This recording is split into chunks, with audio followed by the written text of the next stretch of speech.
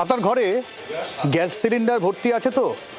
ভর্তি না থাকলে চেষ্টা করুন বুকিং করে ফেলার। যদিও বুকিং করলেই যে গ্যাস পাবেন তার কোনো মানে নেই। আর মাত্র 4-5 দিনের স্টক রয়েছে এমনটাই ডিলাররা বলছেন। এরপরে কি হবে তা নিয়ে উদ্বেগ ছড়িয়েছে, কারণ মধ্যপ্রাচ্যের যুদ্ধ তার আঁচ পড়তে শুরু করবে কি আমাদের রান্নাঘরে তা নিয়ে জোর জল্পনা।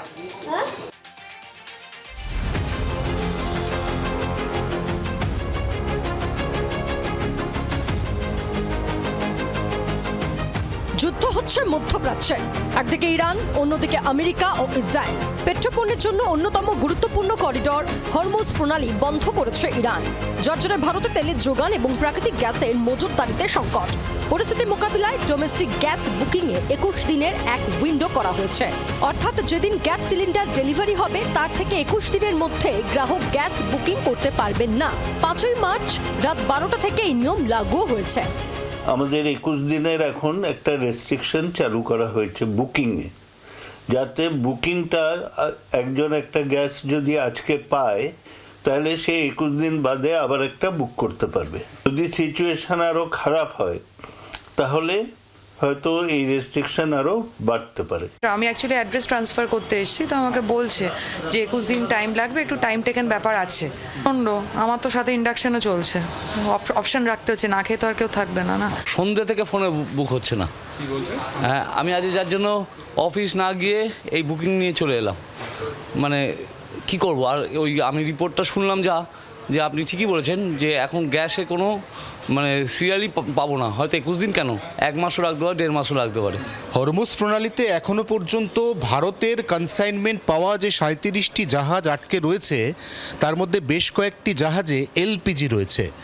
ক্রুড অয়েল যদি ভারতে চলেও আসে তাহলেও তাতে এলপিজি সমস্যা মিটবে না, কারণ এলপিজি এবং ন্যাচারাল গ্যাস সম্পূর্ণ অন্য দেশ থেকে আসে, অন্যভাবে, অন্য প্রোটোকলে। দেশে এই মুহূর্তে আর 4 থেকে 5 দিন চলার মতো গ্যাস মজুত আছে বলেই খবর। অবিলম্বে মধ্যপ্রাচ্যে যুদ্ধ পরিস্থিতির উন্নতি না হলে সংকট আরও বাড়ার শঙ্কা। 5-6 দিনের স্টক আমাদের কাছে ভারতবর্ষের কাছে আছে। হরমুজ প্রণালীতে অনেকগুলো জাহাজ আটকে রয়েছে, এলপিজিরই প্রায় 7-8টা জাহাজ আটকে আছে। এলপিজি বুকিং এর ক্ষেত্রে আরও কিছু কড়াকড়ি শুরুর নির্দেশ দিয়েছে পেট্রোলিয়াম মন্ত্রক।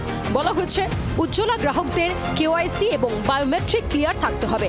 19 টাকা ভর্তুকি পাওয়া গ্রাহকদেরও ইকেওয়াইসি বাধ্যতামূলক করা হয়েছে। এলপিজি স্টক আরও কমলে আরও বিধিনিষেধ চাপার শঙ্কা।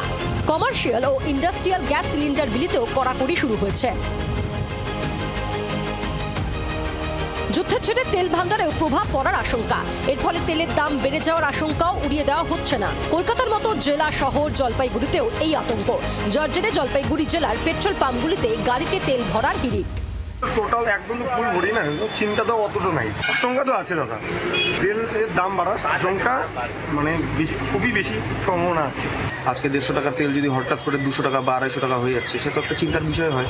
তেল যদি আসা বন্ধ হয়ে যায়, এটার জন্য হতেও পারে। তেল বা দাম বাড়লে তো সবকিছুর দাম বেড়ে যাবে। আজকে তো দেখি বেশিরভাগ লোকই গুলি করতেছে, মারাত্মক ভিড় আসছে। ভারত যুদ্ধ চায়নি, ভারতবর্ষেও যুদ্ধের বিপক্ষে, কিন্তু না চাইতেও যুদ্ধের প্রভাব পড়েছে ভারতেও। মার্কিন প্রেসিডেন্ট ট্রাম্পের দাদাগিরির মাসুল এখন নিজেদের পকেট খসিয়ে দিতে হচ্ছে ভারতবাসীদের। ব্যুরো রিপোর্ট, জি 24 ঘন্টা। বাংলার আওয়াজ, বাঙালির আবেগ, জি 24 ঘন্টা।